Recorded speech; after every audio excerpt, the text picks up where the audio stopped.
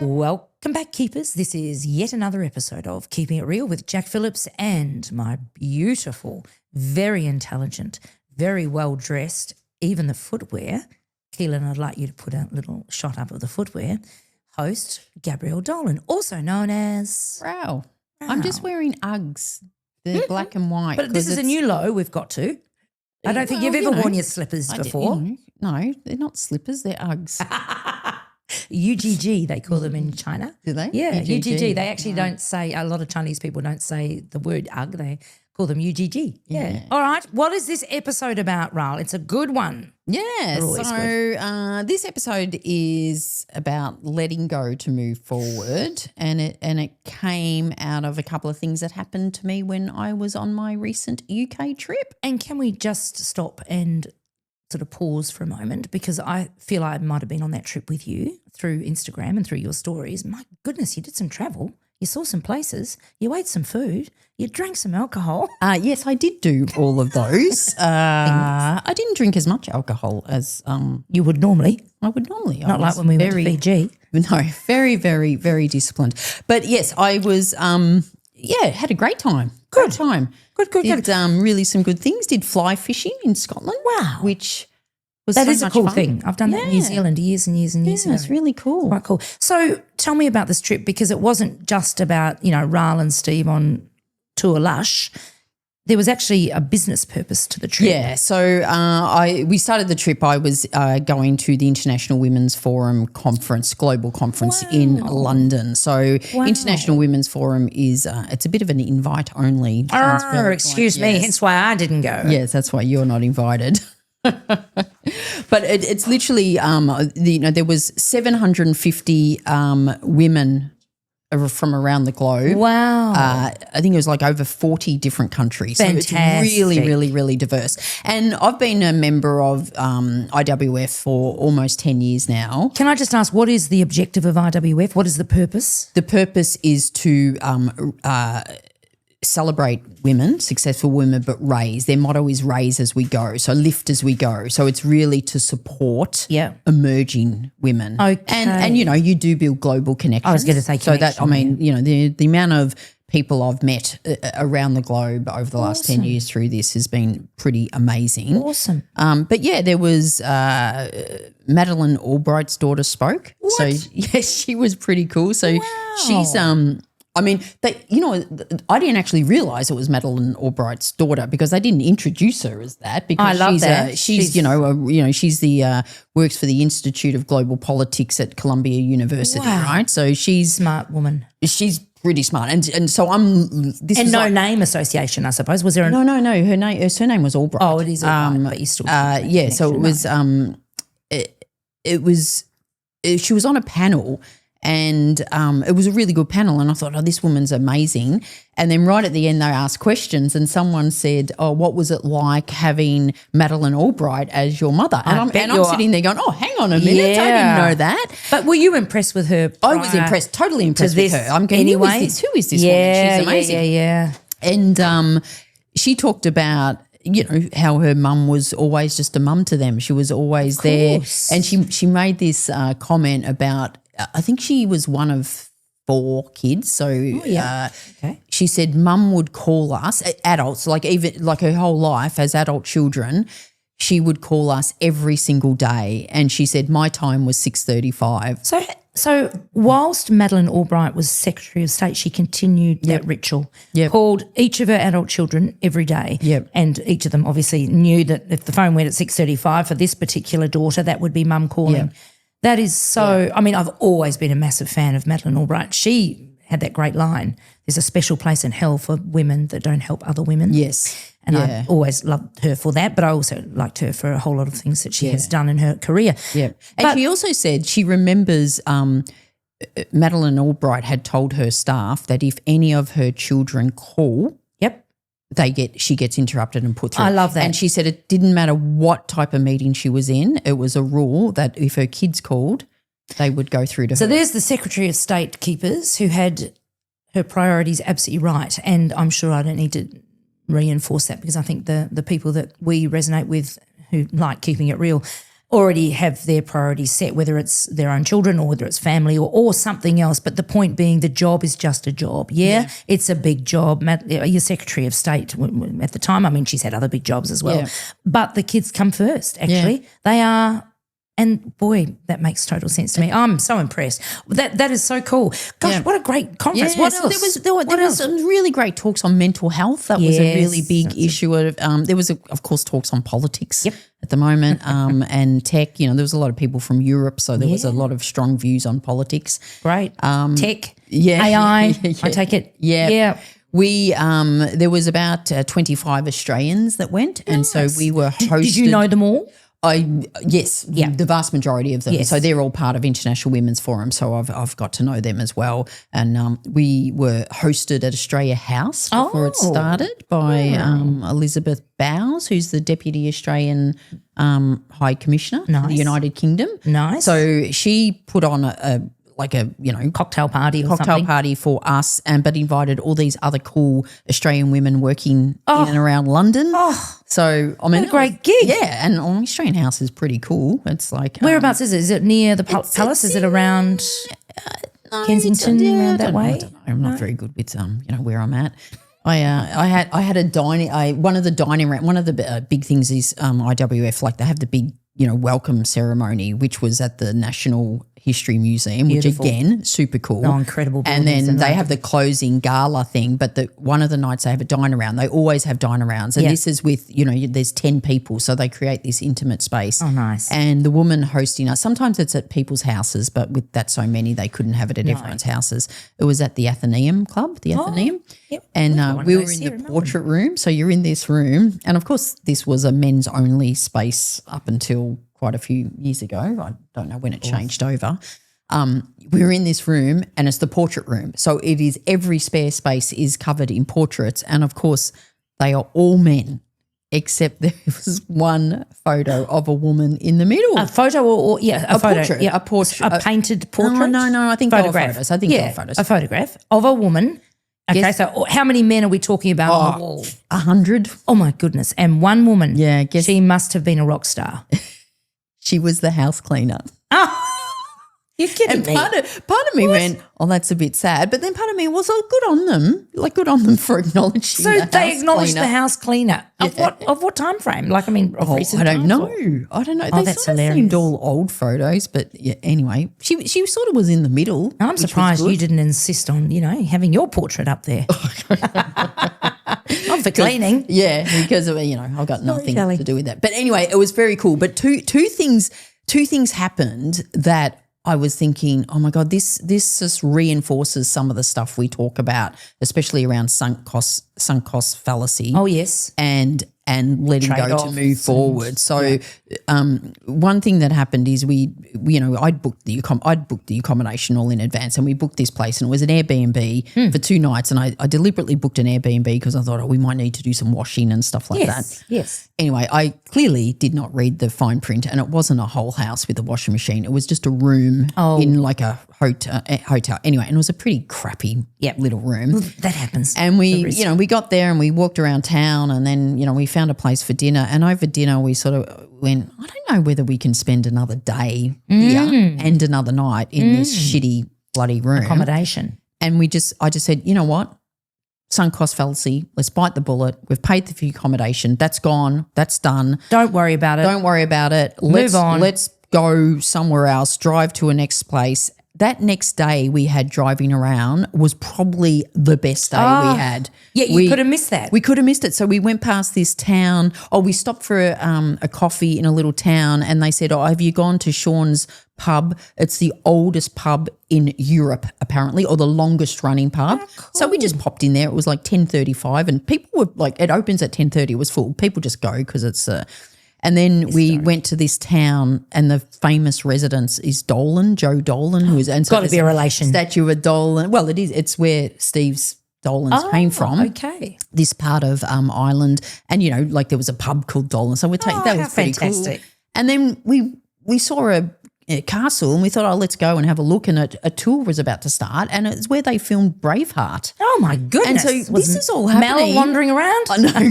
And I'm sort of thinking, oh my God, I'm so glad we decided to leave. And then that night I booked this really, really nice hotel, and we were sitting in the foyer having a drink, and then at 6:30 someone's ringing a bell, and there was this guy in a tuxedo. And everyone, look, there would have been 100 people in this bar. Everyone just went quiet, and he said, "Hello, I'm Derek. I'm the resident storyteller." So straight away, my little ears are going, "Ling-a-ling-a-ling-a-ling-a-ling." And he goes, "It's tradition every Saturday or Friday, whatever it was, to recite an Irish poem." So he did this poem, and then he had the poem print, and he walked around and gave everyone a copy of the poem. Fantastic. Of course, I bloody said, "Can I have a photo?" And that is fantastic. So your point here is you could have said, "Oh well, we've paid for this accommodation. Didn't realise we weren't going to stay in the place that we wanted to stay, and there's not much to do. But we've paid for it, so we might as well stay here." And you would have missed out on about 4 or 5 different so new experiences. Super cool. And there was another experience as well where we'd paid for something, but another opportunity came up to go on Royal Britannia, the yacht, and we thought, stuff it. It was like, it was $100. Yep. And it was so good. And I just remember thinking, this is so related to everything, not just sunk cost fallacy. Is it fallacy? Yes, it is. You just sometimes you just got to let go of stuff. Just let it go. Move forward, or You're to let right. other opportunities arise. Totally. So let's just unpack that a bit, because I think that is the point of this episode, right? Yeah. Letting go to move forward.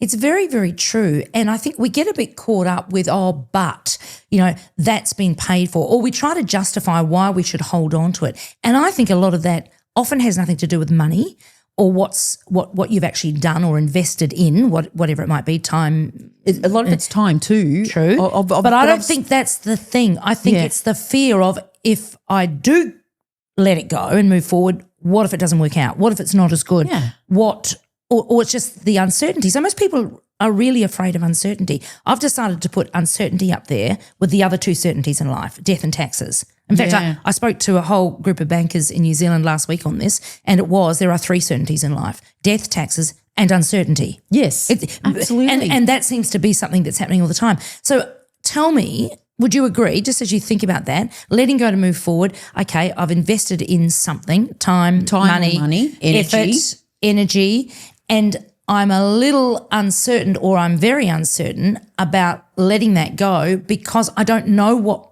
could replace it. Yeah, and it's just like, why?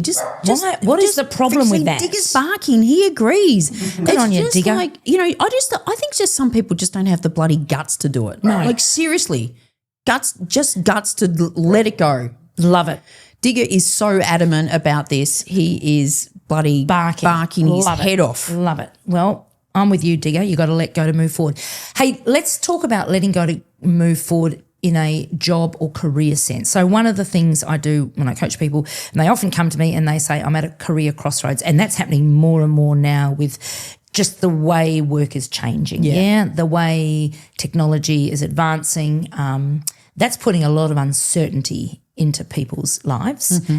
And they're not coping very well with it. So they're smart. They say, okay, I'm going to get an objective, call on this, or somebody recommends a coach, or they're talking to other people.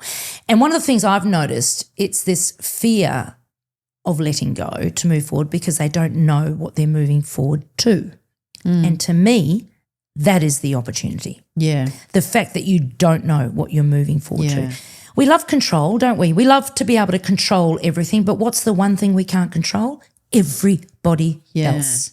You know what I think, Jack, I think this also might be playing part of it, is people don't want to be seen, or maybe even admit to themselves, that they've made the wrong decision. Sure. So it's, I could look at that Airbnb and go, well, I clearly didn't read it. That was a wrong decision I made. But even going, like, I've started in a new job. And I put this job, and I've only been here for 3 months, but I know it's not working. Yep. And I was like, so I made the wrong decision. I was like, well, no, you made a decision at the time. That's exactly right. I think you couldn't know it was the wrong decision until you actually experienced it. So there's something about. I think there's something there's something in that about admitting that perhaps you made a wrong decision or a rushed decision. Yeah. And we would say it's not wrong. You just made the decision. I love it. But there's an element of that. A friend of mine, they recently, this is probably about 2 years ago, bought a caravan. Gosh. They'd never been in a caravan before. But they sort of both wanted to do it. They both wanted to do it. And they, they went to a caravan show and they bought a caravan and they had to pay like a $5,000 deposit. And then they realised that they actually needed to get a new car to tow the caravan, and they had concerns about where they'd park it. And I remember at the time their daughter, who was probably only about 16, and said, "Well, why don't you just lose the $5,000 and not worry about it?" And that's a sunk cost for Correct. Anyway, they didn't. They got the caravan and they went on it a few times and they sort of liked it. But in a very short time, they've realised that they don't like it. Sure. Well, it's not them. Well, she has realised that she does not. Which means they don't like it. Does not like it. And there's part of, because they've only had it for a year or so, they sort of go, well, maybe we'll keep going, maybe we'll keep trying. It's not going to change people. And cut your losses. She's not, and so it's just got to be cut your losses. But part of that is, have we wasted money? Sure. And they probably, I don't know, they probably won't. They might get it back. But that probably wasn't a great decision. It was fine. It was a decision you made. Correct. But there's something about there's a great both line. of those things, yeah. There's a great line. It's not about your last mistake. It's about what you do next. Yeah. Don't you think that's the case? So in all of these situations, you could have chosen to stay in the Airbnb and not experience those things you did, or you decided in this case, actually, we're going to let that go. That's just how it is. Spent that money, not a good idea. We're going to go and move somewhere else. And then in doing so, it actually paid off. Yeah. Now, there could have been a situation where you made the same decision and you didn't see as many things, but you weren't stuck in that room. Yeah. You weren't stuck in that room. It still wouldn't have mattered. We would have got to the new hotel Absolutely. earlier. Absolutely. Yeah. That's right, and enjoy that. And I think when it comes to careers and things, if you know that something's not working out for you, or you've decided you want to change something, Steve is loitering outside looking in. He wants to come inside. Can you open the door for him, Keehlan? This is Keeping It Real. We absolutely record. It's not a podcast episode. If we're not in a studio. An interruption from either my husband, well, we've had daughters coming and going. Dogs. We've had dogs barking. We've had anyway. Steve wanting to come in. He was very cute. He was sort of peering over the. We got to let him in because he was out buying our lunch. Oh, that's a very good reason. So speaking of letting go to move forward, so when it comes to jobs, and I think this is where the keepers could really get hopefully some inspiration from. If you are sitting in a role and you are thinking, this is not for me, move with strategy, not emotion, but recognise it's not for you and don't look at it as a waste. You have gained something by trying something. Never, ever worry about your last mistake. Think about what your next move is, because that's the most important. Yeah. What you do going forward. So I think there's something really good in this. It might also be, how a lot of people go and train and learn something. The number of people I coach and they say, well, I've done my AICD course, but I don't know whether I'm going to get on a board, or I don't even know whether I want to be on a board now. Mm-hmm. And I say, okay, how do you feel about that? Oh, course cost me a lot of money. It took me a lot of time. I say, what are some of the pros? Oh, I met some amazing people. Yep. My network's grown. Oh, I learned a lot of stuff that's going to be really useful, because actually I'm looking at starting a business, or I'm actually looking at being involved in an organisation that will need to present to boards. If you've got an optimistic outlook and if you are prepared to move forward, you can justify why you did what you did, even if it didn't achieve what you wanted it to. Absolutely. I think, thank God, gone are the days when you'd get a job and people go, oh, no, well, I need to stay in it for at least 2 years because it would look bad on my resume. I still talk to people that say that. Yeah, and it's like I feel that I way. find real courage when people taken a job and then after 3 or 4 months, so they've given it a go, they realise this is not for me. Yep. I'm not, and nothing's going to change. And the worst thing people can do is go, well, I'll just give it another 6 months, or I'll give it another year. Is not a strategy. Hoping either they change or they're going to somehow start to like this job. I'm going to say that again. Hope is not a strategy. It's such, Absolutely. Yeah. Stop and go. If this isn't working, what's my next move? Yeah. Now, you might not be in a position to leave that day. Yeah, that's it. I'm done. I'm out of here. I mean, there's something very empowering about doing that if you can, when you really realise it, because it's efficient, and you and I love efficiency, right? But a lot of people have commitments, or they're thinking, hang on, I think I might be better off to get my next job before I leave this one. Yeah. The challenge with that, and I coach on this all the time, is it does require your energy to remain in a job. Even if it's a job you've checked out of, you still have to show up. You still have to actually deliver on things. You might need to be leading or managing or, coaching other people if you're a leader. So there is an opportunity cost here, because while you're doing all of that, it doesn't allow you to actually be finding your next role or really thinking about what is next. So there, again, do you need to let go to move forward? Do you need to actually go, actually, I just need to give the notice now, 4 weeks, and I either need to find something in 4 weeks, not suggesting rebound, or just recognise in 4 weeks I'll be finished, and that's when I'll really focus on what I'm doing next. Yeah. But boy, that's when liberating. we heard a very inspirational story from one of our keepers who, after listening to our episode on your values aren't aligned, so she was in a role thinking, I'm not sure this is right. She knew it wasn't right. She knew it was right. Our episode on Are Your Values Aligned helped her articulate that in the head. She made the decision right there to go, okay, I'm letting go of this, found another job, resigned, and the other job is better, pays more. And it's aligned to her values. Yes. And I think and she gave us some feedback that after listening to the episode, she said it was trust was one of is a real core value of hers, right? Yeah. So and she reflected and realised actually she didn't trust anyone she worked with or the person she worked for. Yeah. So not a wonder it wasn't going to work well. I was coaching a fabulous person. In fact, she's been on one of our immersions, one of our earlier immersions. No, she hasn't. That's not true. She came on one of my coaching immersions. She is a big fan of Keeping It Real, but it was actually before we started the podcast. Unnecessary editing of a story, is that what I call that? Thank you, Mel. I'll let you let go so I can move forward. And she came to me and said, I've been in this sector for a long, long time. It's all I know. I'm highly accomplished at a senior level, but I've come to a point where I don't want to be in the environment I'm in. Yeah. And I don't know how, I can't take what I've learned and what I'm highly accomplished in outside of this environment because it has to stay in this environment. And I thought that was a very fixed mindset. So we explored that a bit. And I said, before we even talk about all of that, give me your idea of the perfect life, you know. So she sort of said, well, it's flexibility. I don't want to be, and I think this is a big part of it, Jack. This particular role, I have to be in this place, and this place requires me to spend a lot of time there. And I want to be able to have the flexibility to travel and work while I travel, because I might want to go away for 12 months.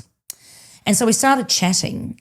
And I said to her, have you thought about this particular area that you are an expert in, it being able to be over in a different environment? And she had not even given it any thought. She thought she had to be fixed it was in a health hospital environment, when in actual fact what her area of focus was is totally aligned to and is needed in every environment.